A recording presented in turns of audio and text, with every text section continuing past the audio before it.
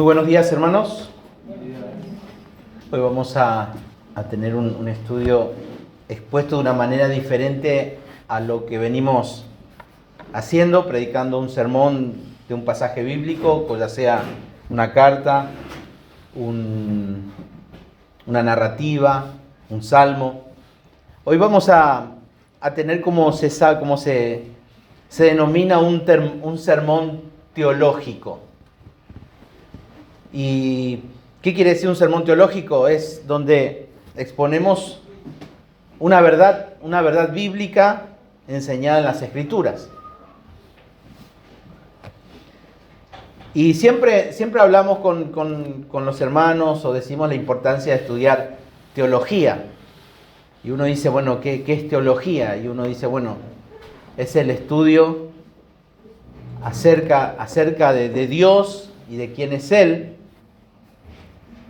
Pero también cuando decimos teología es un término muy amplio, porque dentro de la teología también hay muchas otras disciplinas. Y entre una de esas disciplinas está la teología sistemática. Y la teología sistemática podemos definir que es cualquier estudio que responde a la pregunta: ¿qué nos enseña toda la Biblia hoy en respecto a un tema en particular? ¿Por qué decimos hoy? Porque la teología sistemática es el resultado de lo que la Biblia enseña en el Antiguo Testamento, de lo que enseña el Nuevo Testamento, y cómo fueron consideradas esas verdades bíblicas a través de la historia. Y la suma de otras disciplinas nos lleva a lo que es la teología sistemática. Es lo que enseña la Biblia hoy, para nosotros. Y realmente estudiar teología sistemática es muy importante para nosotros, porque sería muy complicado para una persona decir, no, yo voy a estudiar la Biblia por mí mismo. No te va a alcanzar la vida para estudiar, por ejemplo, acerca de la oración. Tenés que leer toda la Biblia para poder estudiar acerca de la oración. Para eso nos valemos, y en su gracia Dios nos proveyó, en este caso, la teología sistemática. Poder estudiar un tema ordenadamente a través de toda la Biblia. Pero bueno, estudiar teología es muy importante para la vida. Algunos creen que solamente teología deben estudiar los pastores, los maestros, pero realmente la teología sistemática debe ser estudiada por cada hijo de Dios. Por cada hijo de Dios. En una de las teologías sistemáticas por un teólogo contemporáneo llamado Wayne Grudem, y me gustó mucho cómo él expresa, es un hombre que escribe de una manera muy particular la teología sistemática y es muy sincero al escribir. Y una de las razones por la cual él dice que hay que estudiar teología sistemática, una de las tantas razones que él cita en su libro, él dice: estudiar teología sistemática nos ayudará a crecer como creyentes. Mientras más sabemos de Dios, de su palabra, de sus relaciones con el mundo y la humanidad, más confiaremos en Él. Más plenamente le alabaremos y con mayor presteza le obedeceremos. Estudiar apropiadamente la teología sistemática nos hace creyentes más maduros. Si no hace esto, si no estamos madurando, no estamos estudiándolo de la manera que Dios quiere. En otra parte del libro también él muy sinceramente dice, si al estudiar teología sistemática no crecemos, pasan dos cosas. La estamos estudiando mal y él mismo dice, o escribí yo cualquier cosa. Pero es muy importante el hecho de estudiar la teología, porque la teología en las Escrituras también está asociado con la madurez cristiana. En 1 Timoteo capítulo 6, versículo 13, el apóstol Pablo dice la doctrina que ciñe a la verdadera religión. Que hay una doctrina, una verdadera enseñanza que prepara, que capacita la práctica de cada creyente en su vida. También Pablo decía a Tito en capítulo 1, versículo 1, que habíamos estudiado, para que mediante la fe los elegidos de Dios lleguen a conocer la verdadera religión. Digamos, los hijos de Dios tenemos la obligación, la responsabilidad de estudiar teología. Primera de Timoteo capítulo 1, versículo 10, en contraste indica: toda clase de desobediencia y inmoralidad está en contra, dice, de la sana doctrina. ¿Qué quiere decir eso? Es verdad que muchos caen aún estudiando la palabra de Dios. Y es una decisión de cada uno. Pero si la misma Biblia nos enseña que uno de los medios de gracia para no caer en pecado es la Sagrada Escritura, lo tenemos que hacer. No porque, a pesar de que otros que estudien caigan, por eso nosotros nos vamos a estudiar. Pero en esta mañana me gustaría tratar una de esas doctrinas, de esas enseñanzas de la palabra de Dios. Y es acerca de la regeneración. La regeneración. A veces vemos la regeneración, la doctrina de la regeneración, como una verdad que solamente se enseña en el Nuevo Testamento. Porque vemos que Pablo la enseña, el apóstol Juan la enseña, pero también es una verdad que también aparece en el Antiguo Testamento. No es una enseñanza o una verdad o una obra de Dios que solamente aparece en el Nuevo Testamento, también aparece en el Antiguo Testamento. Entonces, ¿qué significa regeneración? ¿Qué significa la palabra regenerar en las Escrituras? ¿Qué significa esta verdad?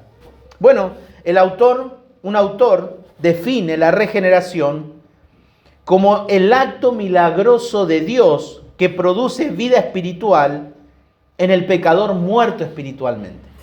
Repito, es el acto milagroso de Dios que produce vida espiritual en el pecador muerto espiritualmente. Recordemos que todos nosotros estamos muertos en nuestros delitos y pecados. Efesios capítulo 2, versículo 1 dice: y Él os dio vida a vosotros cuando estabais muertos en vuestros delitos y pecados. Y por naturaleza, desde la concepción, antes de que el Señor nos salve, en Salmo 51, versículo 5, David decía en ese salmo: he aquí, en maldad he sido formado. En maldad he sido formado y en pecado me concibió mi madre. Pero cuando el Señor nos quiere salvar, nos da vida espiritual. Y eso es la regeneración. Eso es la regeneración. Nacemos muertos y necesitamos vida. Y ese acto sobrenatural, milagroso que Dios hace, es conocido como la regeneración. ¿Y cómo lo hace el Señor? Bueno, lo hace a través de su palabra, a través de la palabra de Dios, a través del Evangelio. Santiago capítulo 1, versículo 18 dice: Él de su voluntad nos hizo nacer por la palabra de verdad, para que seamos primicias de sus criaturas. Él de su voluntad nos hizo nacer, y eso es regeneración, por la palabra de verdad. Primera de Pedro, capítulo 1, versículo 23, hemos estudiado con nuestro hermano Valdir, donde dice: siendo renacidos, habiendo nacido de nuevo, no de simiente corruptible, sino incorruptible, por la palabra de Dios, que vive y permanece para siempre. Esa es la manera en cómo Dios determinó, porque dice Santiago, de su voluntad nos hizo nacer por la palabra de Dios. Por la palabra de Dios. Él usa su palabra para darnos vida espiritual, y de ahí la capacidad, ¿no? La capacidad de poder entender el Evangelio. De poder entender, y de esta manera nos da la capacidad de arrepentirnos y creer en el Señor Jesucristo para ser salvos. Porque ya hemos estudiado que la fe y el arrepentimiento es una misma cosa, pero son diferentes. Es como una moneda.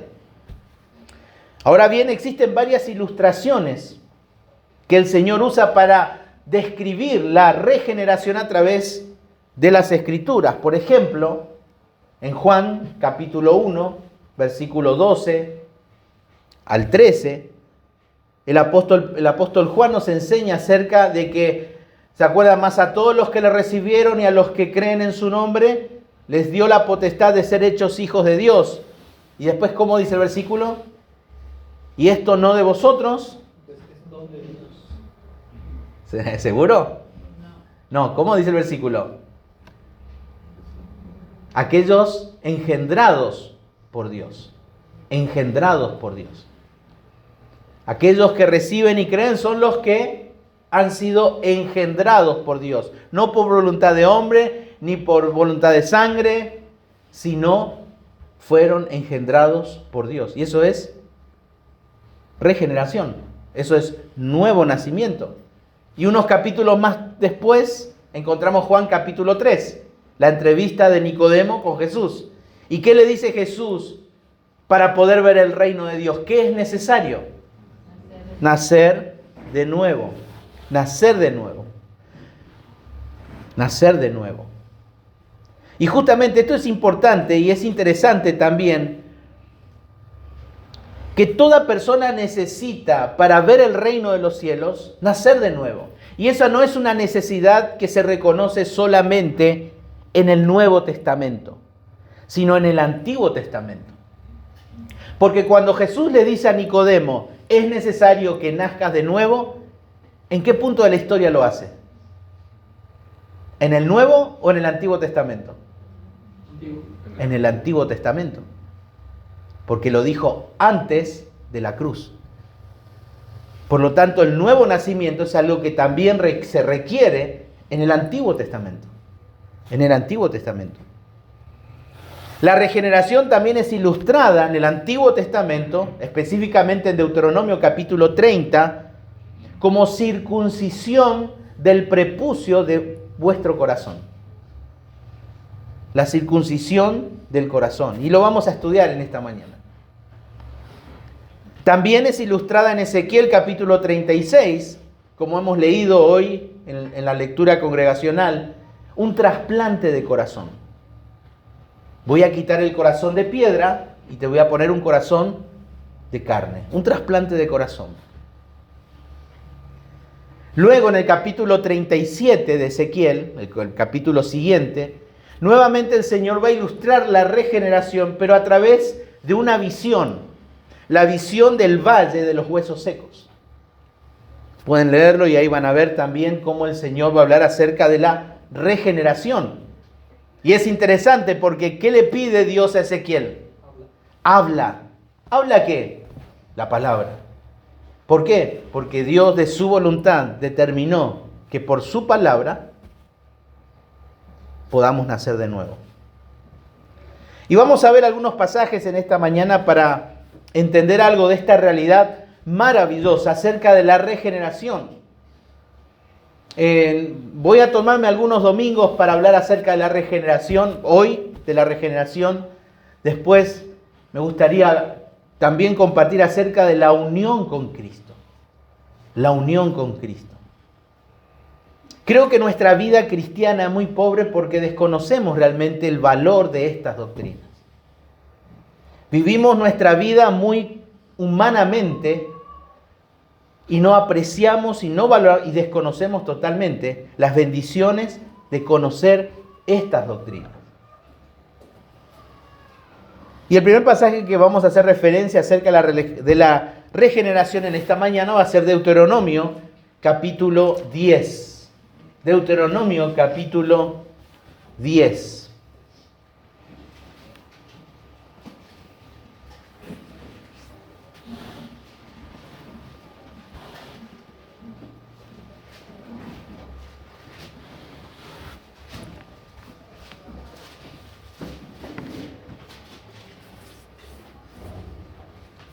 Cuando los hebreos escucharon el libro de Deuteronomio, ellos se encontraban ahí en los campos de Moab. Ahí eso encontramos ahí en los últimos versículos de Números, capítulo 36. Y aproximadamente el pueblo se encuentra en el año 1405 antes de Cristo. Estos oyentes son considerados los hijos de aquellos israelitas que habían salido de Egipto. Podemos decir entonces que estos judíos que están escuchando estas palabras de Deuteronomio sería la segunda generación. La segunda generación. Ya toda aquella primera generación había muerto en el desierto y ahora esta segunda generación, Josué y Caleb y el resto, están ahí a punto de entrar a la tierra prometida. Y aquí Moisés les va a recordar lo que sucedió unos 40 años atrás. El libro de Deuteronomio está estructurado primordialmente por 3 sermones. Si uno quiere leer el libro de Deuteronomio va a encontrar 3 sermones hechos por Moisés. Y esta es la primera, podríamos decir, esta es la primera serie de predicaciones expositivas. Podemos encontrar la primera serie de predicaciones expositivas por Moisés mismo. Pero también es la primera serie de sermones que explican y aplican las Escrituras. Justamente ayer hablamos en el curso, justamente la diferencia de un sermón moral y un sermón expositivo, ¿no? Que el sermón que habla de moralidad no explica y no aplica, no ayuda a aplicar la palabra, sino simplemente a hablar de lo que está bien y está mal. Y aquí en Deuteronomio, específicamente desde el capítulo 5 al capítulo 28, se encuentra el segundo sermón. Y el pasaje que vamos a leer se encuentra dentro de ese segundo sermón. Es el sermón más largo en realidad de Moisés, porque es desde el capítulo 5 hasta el capítulo 28. Y ahí en el capítulo 10, versículo 14 y 15 dice la palabra de Dios: He aquí de Jehová tu Dios son los cielos, y los cielos de los cielos, la tierra y todas las cosas que hay en ella. Solamente de tus padres se agradó Jehová para amarlos y escogió su descendencia después de ellos a vosotros, de entre todos los pueblos, como en este día.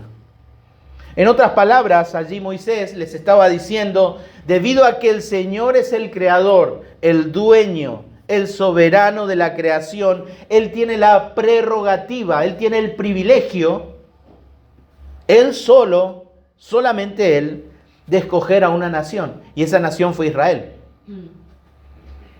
Los escogió porque Él quiso, y esto es un privilegio de la gracia soberana de Dios para esta nación, para la nación de Israel.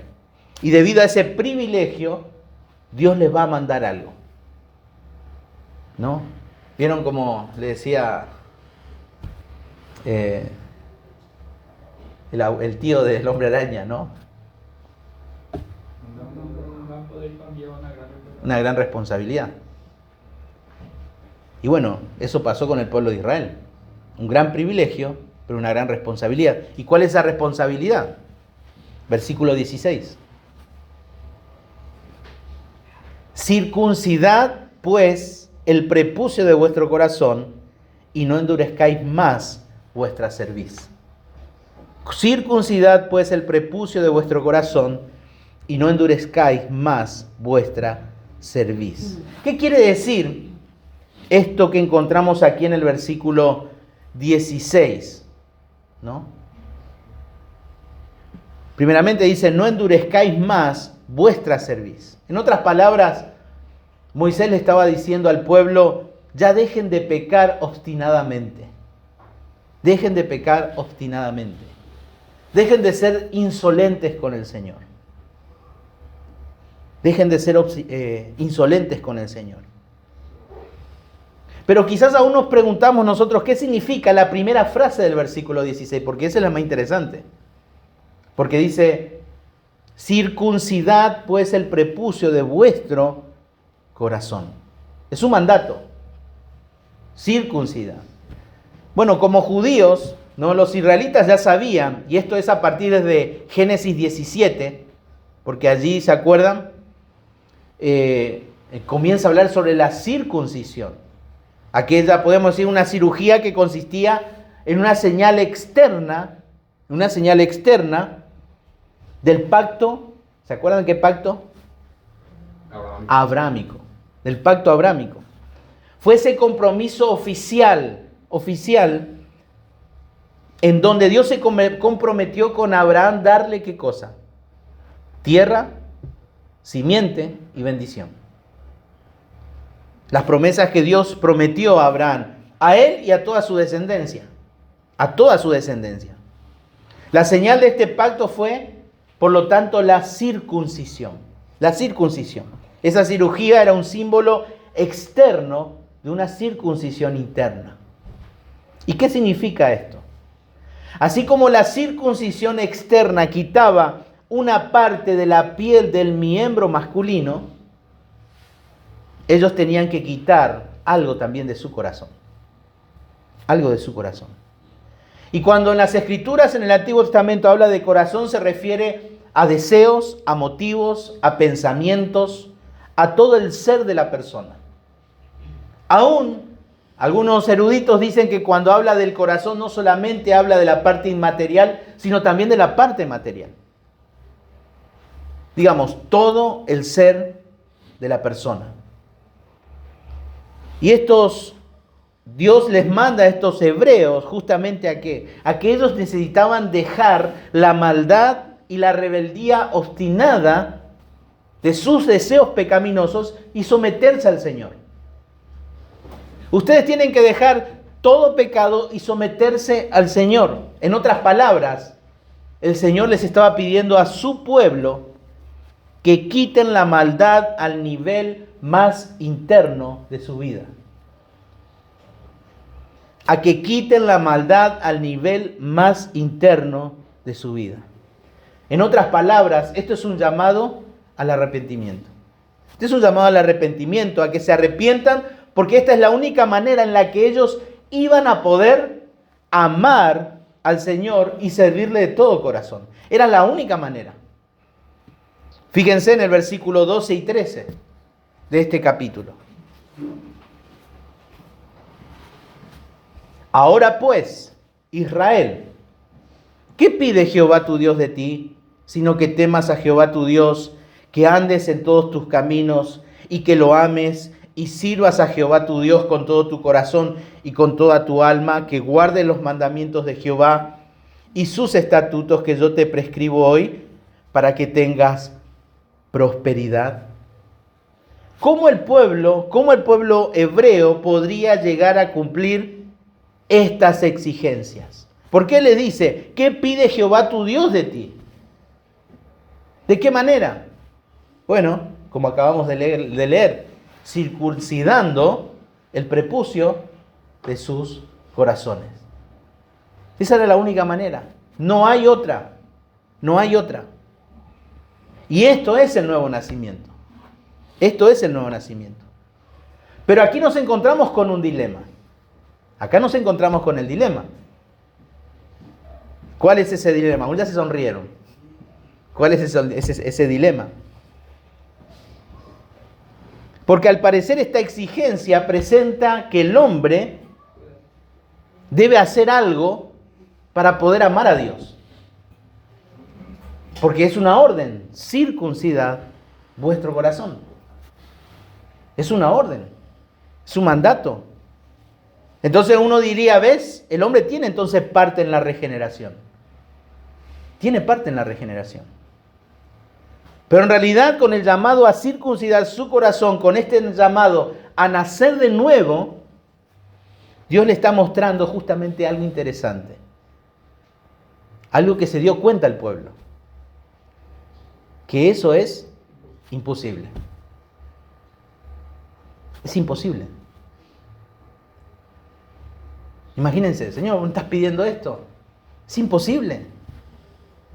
¿Cómo voy a quitar la maldad que está arraigada en lo más profundo de mi ser?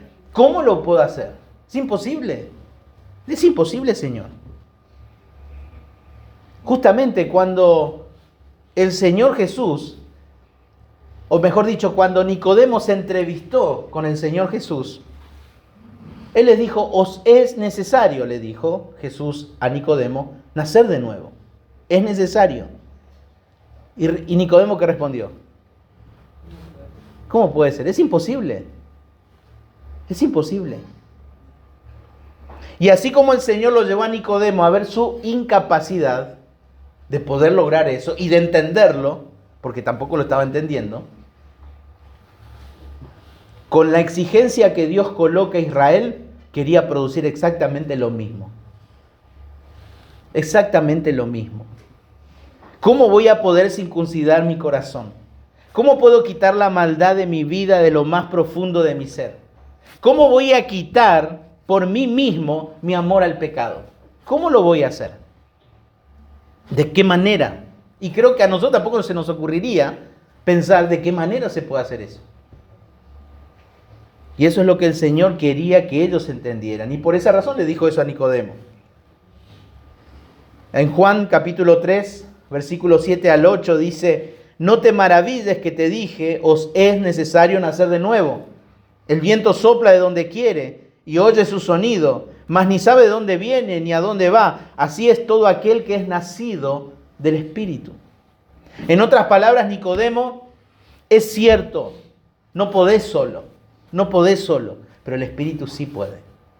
El Espíritu Santo sí puede. Y esa es la misma idea que el Señor estaba llevando a Israel al punto en el que ellos reconocieran su impotencia y su incapacidad de poder circuncidar su propio corazón.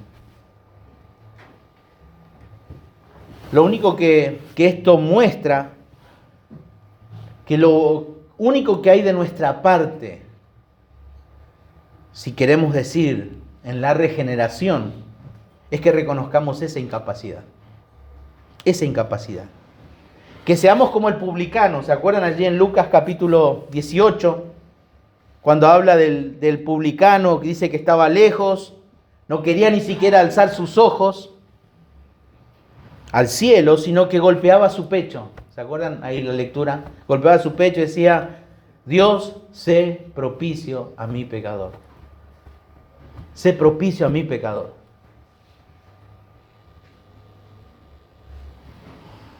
En cierto modo también este hombre, el publicano, decía: no puedo hacer más nada que pecar. Eso es lo único que puedo hacer. Es lo único que sé hacer, es pecar. Si tengo que ofrecerte algo, es lo único que yo puedo hacer, y es pecar. Y eso es lo único que yo puedo ofrecerle a Dios en mi salvación, es mi pecado. Porque no hay otra cosa que yo pueda hacer. Es mi pecado. Por eso decía: ten misericordia de mí. Ten misericordia de mí, Señor. Y ahí es donde el Señor los quería conducir justamente a su pueblo, a mostrar que ellos no tenían esa capacidad de cambiar por ellos mismos, porque esto es algo que solo Dios lo puede hacer. Solamente Dios lo puede hacer. Y al igual que los israelitas, nuestro corazón es así. Romanos capítulo 3, versículo 10 al 12 dice: como está escrito, no hay justo ni aun uno, no hay quien entienda, no hay quien busque a Dios. Todos se desviaron, a una se hicieron inútiles. No hay quien haga lo bueno, no hay ni siquiera uno. No hay. Y Juan 3:19 dice: y esta es la condenación, que la luz vino al mundo y los hombres amaron más las tinieblas que la luz, porque sus obras eran malas. Y quizás algunos digan: el hombre no es tan malo. El ser humano tiene libertad de hacer lo bueno o hacer lo malo. Pero si existe realmente esa posibilidad, ¿por qué el hombre cuando tiene que elegir elige lo malo? ¿No? ¿Por qué elige lo malo? ¿Por qué no elige todo lo bueno entonces? Porque la realidad es que nuestro corazón es malo. Es por esa razón. Nos resistimos de manera obstinada por la naturaleza nuestra de obedecer a Dios.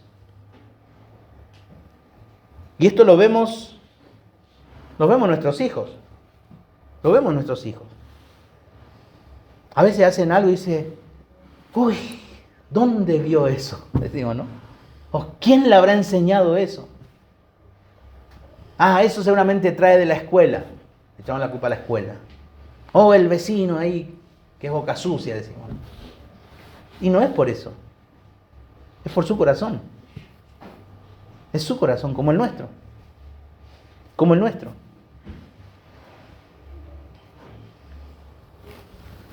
Es porque están muertos. Así como nosotros, muchos de nosotros, estábamos muertos en nuestros delitos y pecados, nuestros hijos están muertos en sus delitos y pecados. Y esa es la verdad.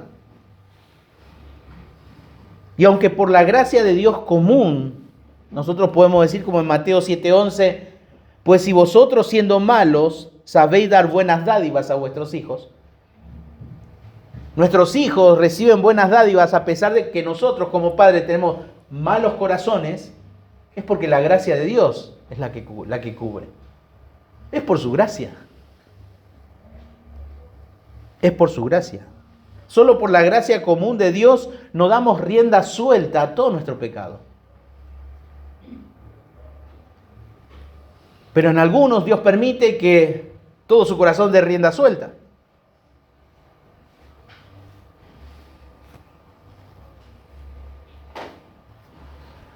Y esto es lo que en teología se llama, algunos llaman depravación total, otros lo llaman la incapacidad total de agradar o cumplir las exigencias divinas de la santidad y las exigencias de Dios.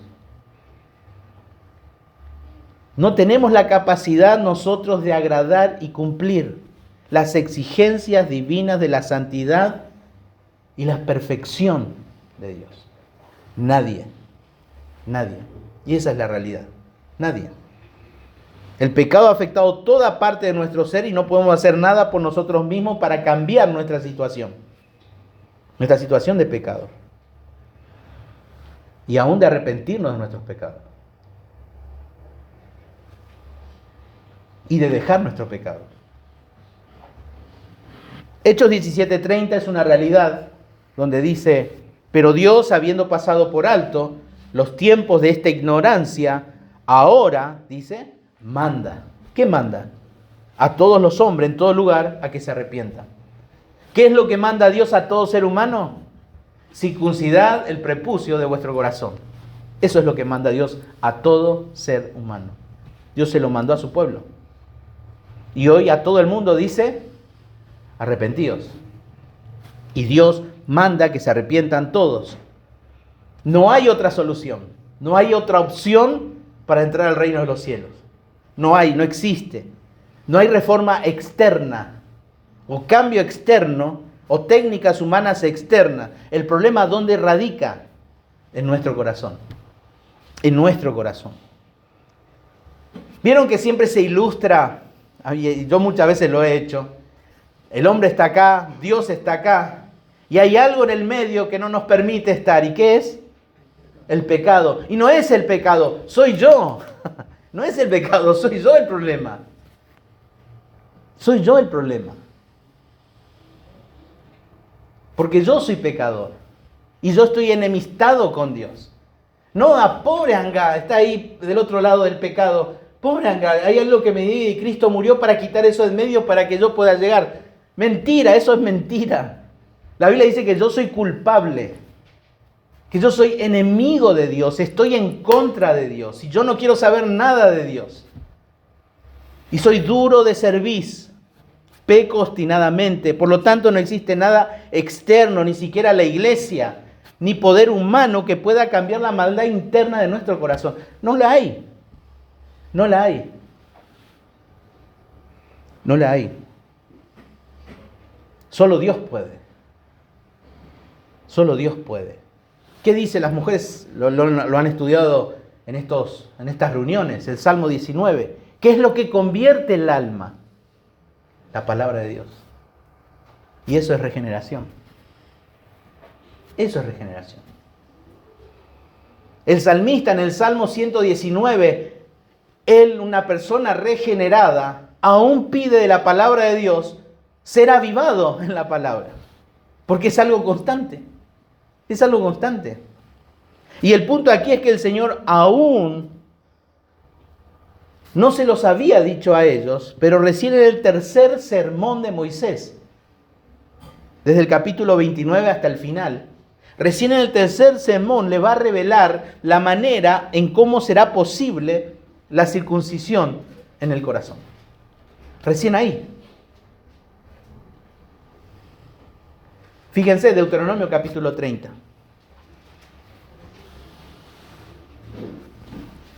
Si Moisés en esta serie de sermones nos dejaba con el segundo sermón, nos dejaba con un problema terrible. ¿Cómo íbamos a entender esto?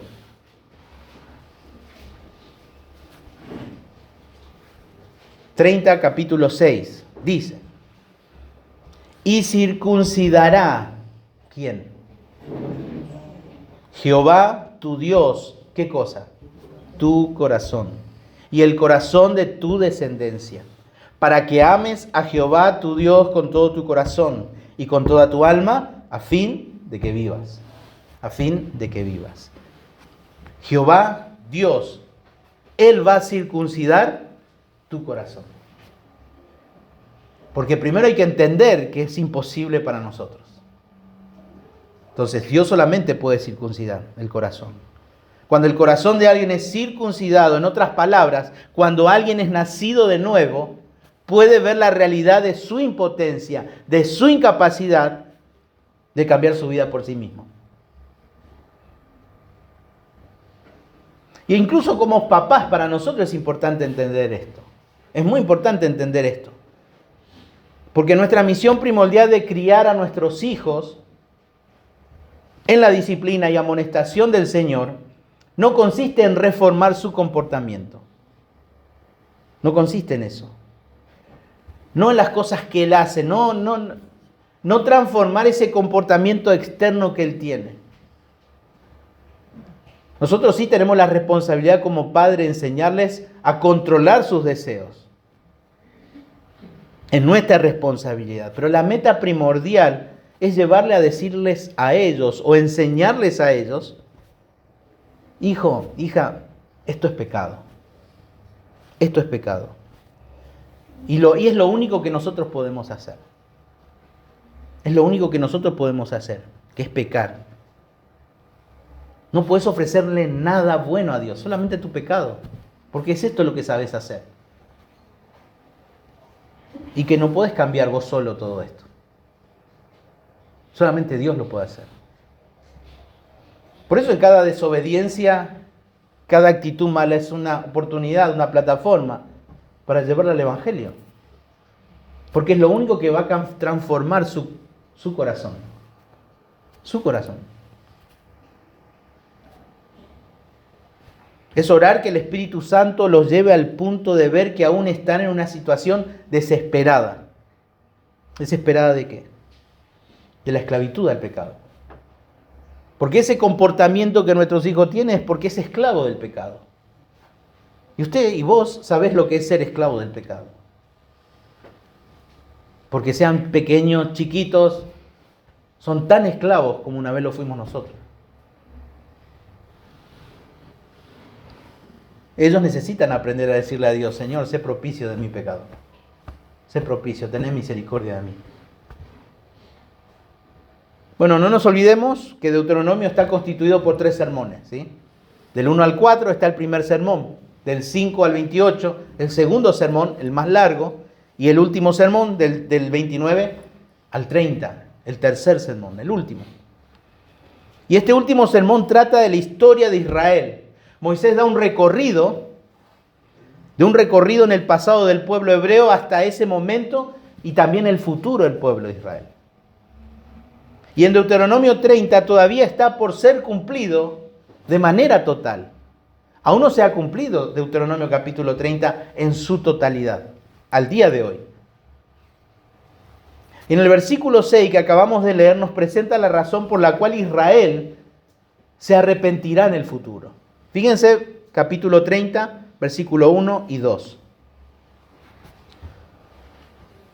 Dice allí: sucederá que cuando hubieren venido sobre ti todas estas cosas, la bendición y la maldición que he puesto delante de ti, y te arrepintiereis en medio de todas las naciones a donde hubiere arrojado Jehová tu Dios, y te convirtiereis a Jehová tu Dios, y obedeciereis a su voz conforme a todo lo que yo te he mandado hoy, tú y tus hijos, con todo tu corazón y con toda tu alma. De nuevo, esto es futuro.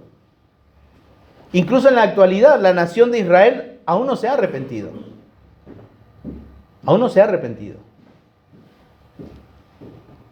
Y la pregunta es, ¿cómo será posible entonces esto?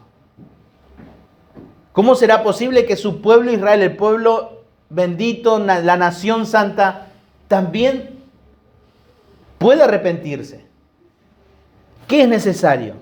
Versículo 6. Circuncidará Jehová tu Dios tu corazón y el corazón de tu descendencia, para que ames a Jehová tu Dios con todo tu corazón y con toda tu alma, a fin de que vivas. Y es interesante, ¿no? Porque cómo Moisés presenta esto. Dice, circuncidará Jehová tu Dios. ¿Por qué simplemente no dijo, Dios te va a circuncidar el corazón? O Jehová te... ¿Por qué Jehová tu Dios? Primeramente Jehová, el yo soy, el gran yo soy, el que tiene existencia en sí mismo. Pero cuando menciona a Dios, está hablando al Dios Elohim del Génesis 1:1, aquel que tiene el poder de crear todas las cosas. De la nada. De la nada.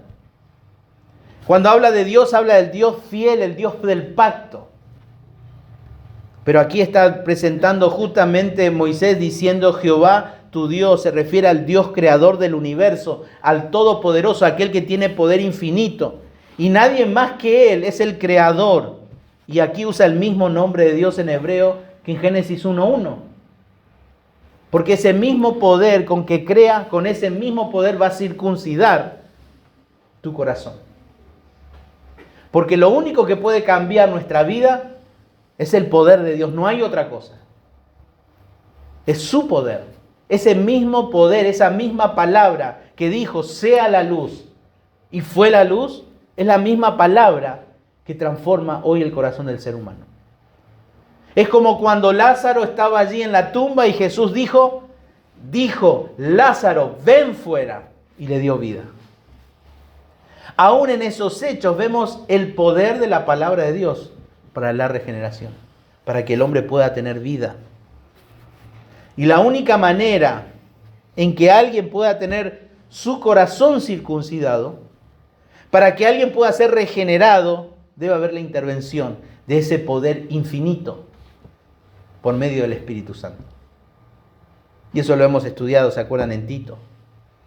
Solo una persona con poder infinito puede cambiar nuestro corazón. Solamente Dios. Y por ende dice, y el corazón de tu descendencia. Está hablando del pacto abrámico. Del pacto abrámico para con toda esa generación. Dios debe circuncidar el prepucio de vuestro corazón, dice, con un propósito. ¿Cuál es el propósito para circuncidar ese corazón? Dice, para que ames. Para que ames a Jehová tu Dios con todo tu corazón y con toda tu alma, a fin de que vivas. A fin de que vivas. Iglesia, Dios, desde Deuteronomio, no quería fariseos. Desde Deuteronomio, no quería fariseos. ¿Se acuerdan? Los fariseos se veían bien por fuera, pero por dentro estaban muertos. Muertos en sus delitos y pecados. Y Dios deseaba una relación de pacto con ellos, y aquí les explica justamente que esa relación de pacto solo va a ser posible si hay regeneración. Si hay regeneración. Para que pudieran, ¿qué cosa? Expresar su amor para con Dios. ¿De qué manera? Guardando su palabra. Guardando su palabra, sus mandamientos. Y esa idea lo encontramos en el Nuevo Testamento también.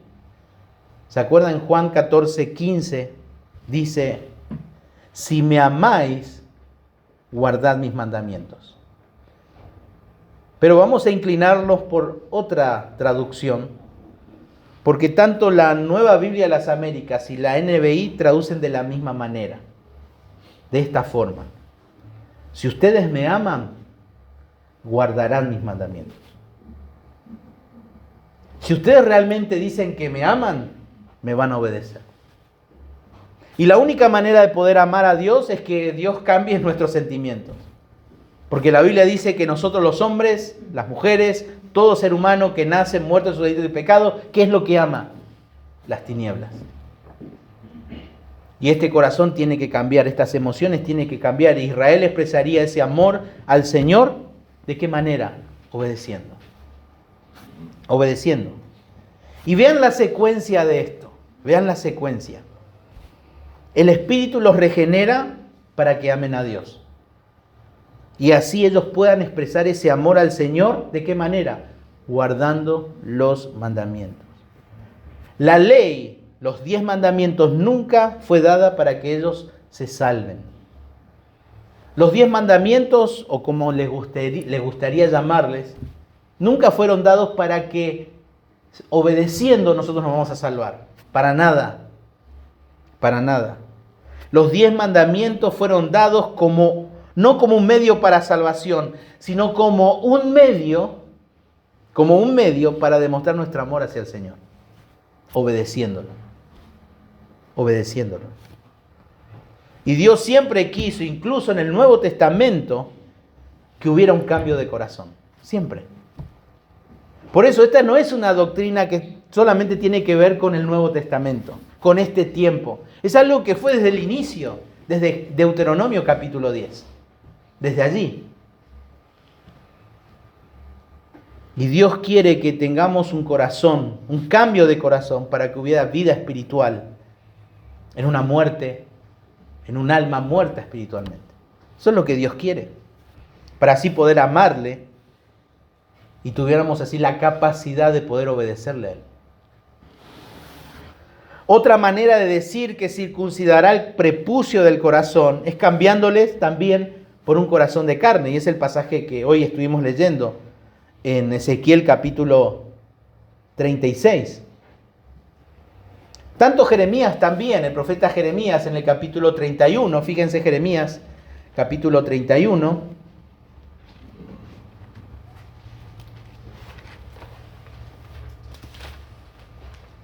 Versículo 31. Dice, aquí vienen días, dice Jehová, en los cuales haré nuevo pacto en la casa de Israel y con la casa de Judá.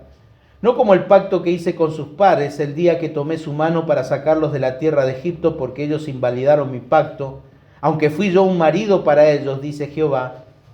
Pero este es el pacto que haré en la casa de Israel después de aquellos días, dice Jehová. Daré mi ley en su mente y la escribiré en su corazón. Y yo seré a ellos por Dios y ellos me serán por pueblo. Y no enseñará más ninguno a su prójimo, ni ninguno a su hermano, diciendo, conoce a Jehová, porque todos me conocerán. Desde el más pequeño de ellos hasta el más grande, dice Jehová, porque perdonaré la maldad de ellos y no me acordaré más de su pecado, de su pecado.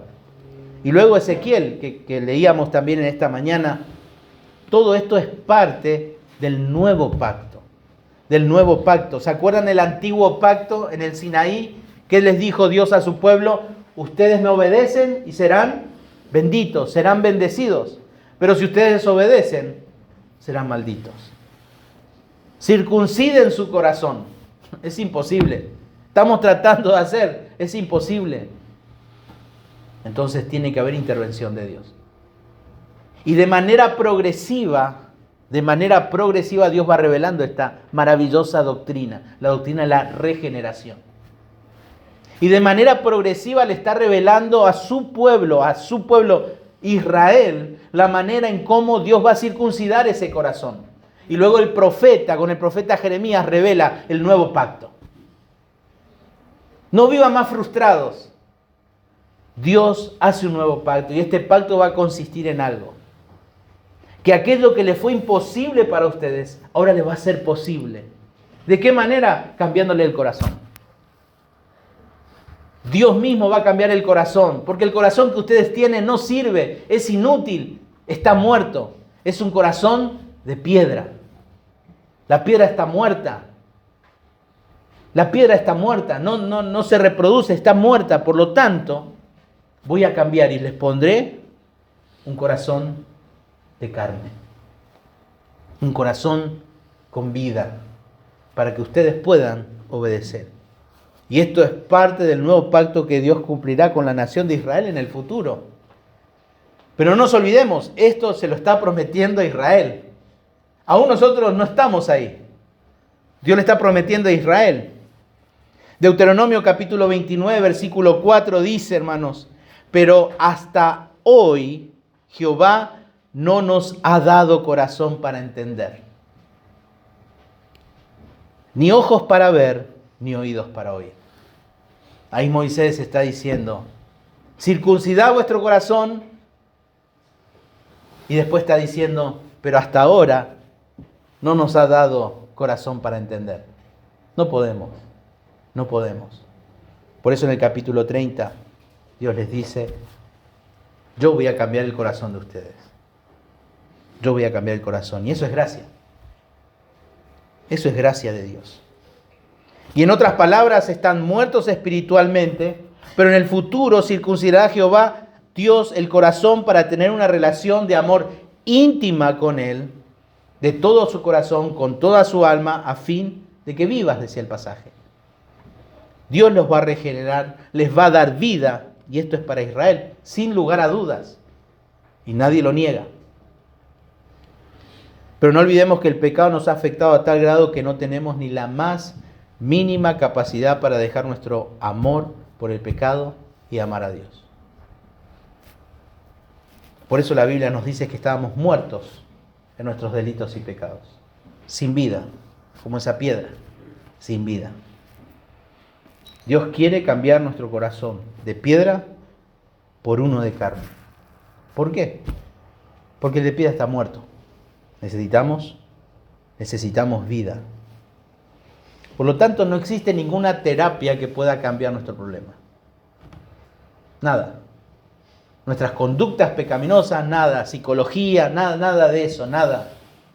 Nada, porque nuestro problema está en nuestro corazón, en nuestro orgullo, en nuestro egoísmo. No hay técnica humana alguna para que cambie el corazón. Solo Jehová Dios, el infinito poder, el soberano, el todopoderoso, puede hacerlo por medio de su Espíritu. Y por esta razón tenemos que predicar el Evangelio.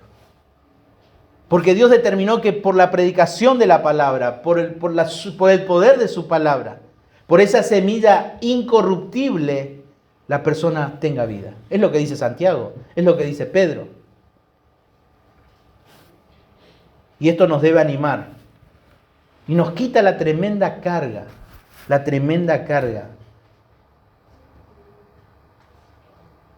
Y esto no quiere decir que si vos le predicás el Evangelio y la persona no se convierte, decís, no, le voy a llamar al pastor o le voy a llamar a mi discipulador para que le predique, porque con él se va a convertir. Porque él tiene más cancha, él tiene más técnica, más experiencia. No pasa por ahí. No pasa por ahí. Tito 3:5 decía, nos salvó no por obras de justicia que nosotros hubiéramos hecho, sino por su misericordia. Sé propicio de mi pecador. Ten misericordia de mí. Por el lavamiento de la regeneración y por la renovación en el Espíritu. Y esto nos coloca a nosotros en una situación de dependencia.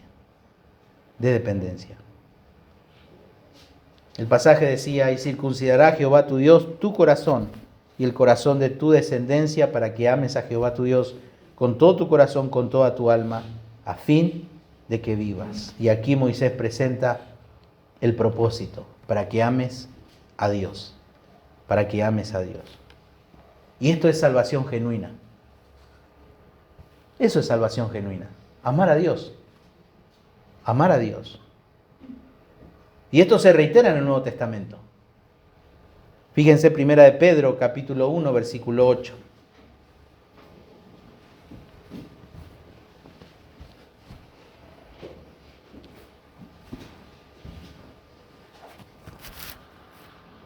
Dice, ¿a quién amáis sin haberle visto? En quien creyendo, aunque ahora no lo veáis, y os alegráis con gozo inefable y glorioso. ¿A quien amáis sin haberle visto? Primera de Corintios capítulo 16, versículo 22 dice, el que no amare al Señor Jesucristo, sea anatema. Pablo está diciendo, si no amás verdaderamente al Señor, sos un maldito. Sos un maldito. Estás bajo condenación, estás bajo pecado, bajo maldición eterna que se cumplirá en el infierno. Es lo que el Señor está diciendo. Si hay alguien, y si alguien es salvo, se va a salvar, porque Dios circuncidó su corazón. Necesitamos que Dios cambie ese deseo, y solamente Él lo puede hacer. Si alguien es salvo, amará al Señor Jesucristo porque el Señor le ha dado ese deseo de amarle, y ese amor a Dios se va a ver en la obediencia a la palabra. Y eso es algo continuo. Y eso es algo continuo, verdaderamente. Y es el resultado de la generación genuina. Vayamos rápido a Ezequiel capítulo 36. Ezequiel 36, versículos 25 y 27. El versículo 25 dice ahí, esparciré sobre vosotros agua limpia, y seréis limpiados de todas vuestras inmundicias. Aquí Ezequiel describe lo que el Señor va a hacer en Israel en el futuro. En el futuro. Esto habla de la salvación espiritual de Israel. Pero también se aplica hoy día a cualquier persona a la cual el Señor salva. Ahora, ¿a qué se refiere esta limpieza? Y de todos vuestros ídolos os limpiaré, de su idolatría.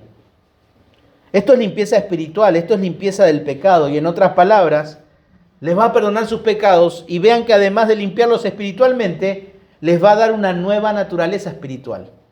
Versículo 26. Os daré corazón nuevo, y pondré espíritu nuevo dentro de vosotros. Y quitaré de vuestra carne el corazón de piedra, y os daré un corazón de carne. Es un lenguaje figurado que significa, los voy a regenerar. Les voy a dar vida espiritual. ¿Y cómo podemos estar seguros de esto? Versículo 27. Y pondré dentro de vosotros mi espíritu, y haré que andéis en mis estatutos, y guardéis mis preceptos, y los pongáis. El Señor les va a dar su espíritu, y harán que sean obedientes a su palabra. Él va a poner el espíritu en cada uno de ellos. Y esta es la única manera de poder ser obedientes a la palabra de Dios. Es la única manera, no hay otra. Y la única manera que el pueblo de Israel pueda ser obediente, Dios tiene que venir a vivir con ellos. Ezequiel, versículo 28, dice, y habitaréis en la tierra que di a vuestros padres, y vosotros me seréis por pueblo, y yo seré a vosotros por Dios. Indica que ellos van a vivir en la tierra que les prometió a sus ancestros. Vosotros me seréis por pueblo y yo seré a vosotros por Dios. Está hablando de una relación personal, íntima con su pueblo Israel. Y cuando leemos el versículo 26 de aquí del capítulo 36, justamente allí el Señor cumple el nuevo pacto con Israel. O por lo menos presenta el pacto, el nuevo pacto con Israel. Y uno de esos es darle la tierra. Por eso el nuevo pacto tiene que ver con el pacto abrámico, tiene que ver con la tierra, la simiente, las bendiciones. Pero hagamos unas preguntas antes, ¿no?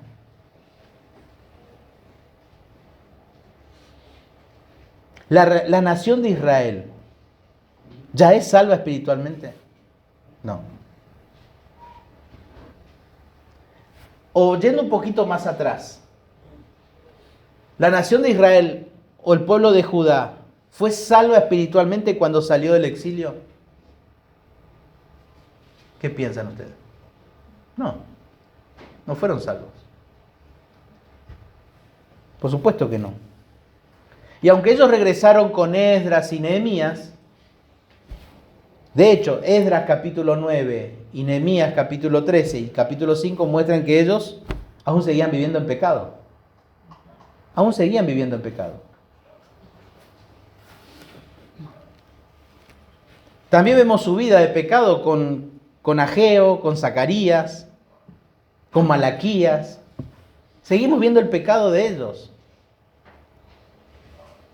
Es más, tampoco ellos se salvaron ahí. Bueno, fueron salvos cuando vino el Mesías. ¿Qué piensan ustedes? No, ellos lo crucificaron. Ellos lo crucificaron. Por lo tanto, ¿son salvos ellos hoy día, los judíos? No son salvos. No son salvos. Y ellos están bajo juicio. Están bajo juicio temporal del Señor. Además, ellos no poseen la totalidad del terreno. De todo el terreno prometido de Dios a ellos. Están los musulmanes también ahí. Bueno, Apocalipsis después nos enseña los juicios que vendrán sobre la tierra. Dios los va a salvar en el capítulo 19 cuando Él regrese en gloria. Y Apocalipsis 20 estará reinando Cristo mismo en su reino milenial. Y todo esto tiene que ver con el nuevo pacto, que se debe cumplir en su totalidad en un futuro, pero que ya está vigente. Ya está vigente. Y aunque el Señor cumplirá el nuevo pacto con Israel en el futuro, hoy por pura gracia del Señor, nos dio el privilegio, la bendición inmerecida de participar de ese pacto. ¿Por qué lo decimos? 1 Corintios 11:25. Asimismo tomó también la copa, y después de haber cenado diciendo: esta es la copa del nuevo pacto en mi sangre. Haced esto todas las veces que la bebiereis en memoria de mí. Cuando celebramos nosotros la cena del Señor, la mesa del Señor, celebramos que el Señor nos ha hecho partícipes de ese nuevo pacto. De ese nuevo pacto. Fuimos injertados para disfrutar de tremendas bendiciones. En el Antiguo Testamento así era ratificado este nuevo pacto. ¿Se acuerdan? Tenía que morir una víctima, un inocente. Y así Cristo tuvo que morir. Tuvo que morir para ratificar, dar la garantía de ese pacto. Y este pacto es con Israel, pero el texto indica que la iglesia, el cuerpo de Cristo, nosotros que pertenecemos al Señor, participamos de este nuevo pacto. Y eso es lo maravilloso de esta bendición. El nuevo pacto nos presenta 4 bendiciones. La primera, la regeneración. La regeneración. ¿Se acuerdan? Os daré un corazón nuevo. Un corazón nuevo. Segundo, ¿qué otra bendición? Relación. Dios le decía a su pueblo: y vosotros seréis por pueblo, y yo seré a vosotros por Dios. Relación. El nuevo pacto tiene que ver también con remoción. Esparciré sobre vosotros agua limpia y seréis limpiados de todas vuestras inmundicias. Remoción, perdón de pecados. Y en cuarto lugar, residencia. Y pondré dentro de vosotros mi espíritu. Mi espíritu. Por esa razón decimos, y vamos a tomarnos un domingo a hablar de la unión con Cristo. Porque esta doctrina está relacionada con eso. Porque ahora el Espíritu vive en nosotros. Por lo tanto, hermanos, nosotros disfrutamos ya de eso. El pueblo de Israel aún perdidos en sus pecados. Y hoy nosotros ya estamos disfrutando de ese pacto. Y eso es gracia, hermano. Eso es gracia. La única razón por la que, a pesar de que tu obediencia y mi obediencia es imperfecta, la única razón por la que disfrutamos estudiar la Biblia y obedecerla es porque fuimos regenerados. Es porque fuimos regenerados. Y es momento que te pongas a pensar en esto. Si realmente no disfrutas en leer o estudiar la Biblia, no estás regenerado. Esa es la verdad.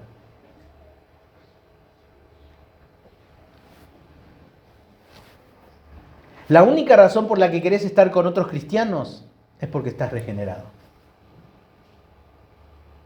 ¿Por qué decís eso? No dejando de congregarnos como algunos tienen por costumbre. Dios nos ha dado la capacidad de obedecer sus mandatos.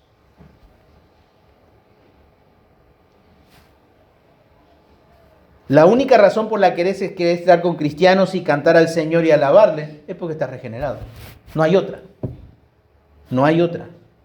La única razón es porque el Señor te ha dado nuevos deseos. Es porque nos ha regenerado. Si hoy día amás más a tus amigos que están muertos en sus delitos y pecados y amás menos a tu iglesia y a tus hermanos, algo pasa. Ese no es el amor de Dios. Y la única manera para cambiar eso es quitando ese corazón poniendo otro. Es otra manera. La única razón por la que vivimos Romanos capítulo 7, cuando Pablo decía justamente lo que hago no lo entiendo, pues lo que aborrezco eso hago según el hombre interior, me deleito en la ley de Dios. Y ese es un corazón regenerado. Alguien que peca y lucha porque pecó. Y dice, Señor, otra vez pequé. No puedo más, Señor. Dame tu gracia para salir adelante con esto. Pero si yo vivo pecando, vivo en desobediencia y ando gato panza arriba, es porque realmente hay algo que no está bien.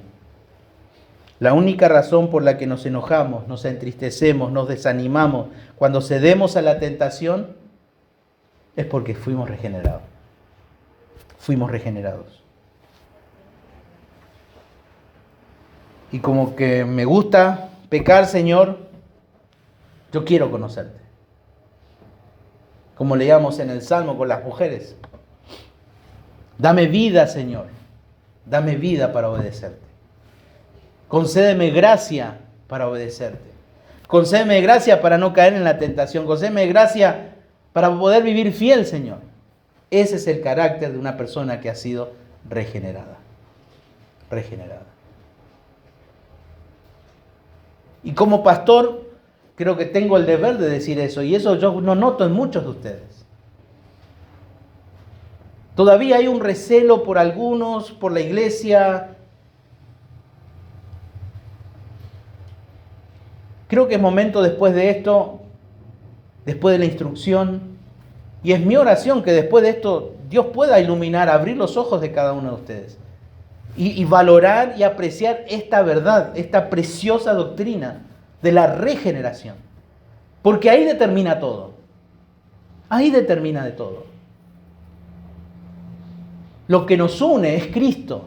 Lo que nos une es la salvación. No nos une un club, no nos une una profesión, no nos une un trabajo, no nos une nuestros hijos, no nos une nuestra soltería, no nos une nuestra paternidad o maternidad, no nos une a nosotros los cristianos eso. Eso es temporal. Lo que nos une es Cristo y eso es eterno. Y si no podemos tener comunión con nuestros hermanos, entonces tu corazón no es el corazón que Dios quiere dar. Desde un principio, desde Deuteronomio. Por lo tanto, circuncidad el corazón. Circuncidad el corazón. Quiten toda maldad. Resuelvan todo problema interno de vuestro corazón. Que el Señor nos ayude a valorar esta preciosa doctrina de la regeneración.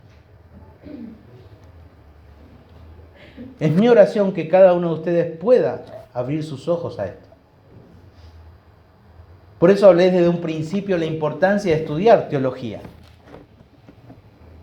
Es verdad, vamos a caer en la tentación de creernos más porque sabemos más. Pero es conocerle a Dios, cómo Él piensa, cómo Él siente. Y madurar esa relación, porque Él vino a vivir en nosotros, si es que realmente hemos nacido de nuevo. Hermanos, oro por ustedes, Oren por mí para que esta doctrina sea una realidad en nosotros como familia de la iglesia. Es lo que nos va a permitir crecer y disfrutar. Y disfrutar. El pueblo de Israel hasta hoy no ha podido ser luz a las naciones, porque han preferido mantener dura su servicio. Y como Pablo dice, oremos por la salvación de Israel. Oremos, así como por todos. ¿Terminamos? Padre, en esta mañana encomendamos tu palabra. Pedimos por nuestro corazón, danos gracia para obedecerte, para hacerte fiel. Danos discernimiento, danos dirección, abre nuestros ojos a estas verdades, Señor. Tu verdad ha sido explicada, ahora ayúdanos, Señor, a que baje a nuestro corazón, Señor, esto. Te pido por cada uno de nosotros, Padre, ayúdanos y disfrutar, Señor, de esta preciosa bendición que nos has dado por gracia, haber nacido de nuevo. En el nombre de Jesús, amén.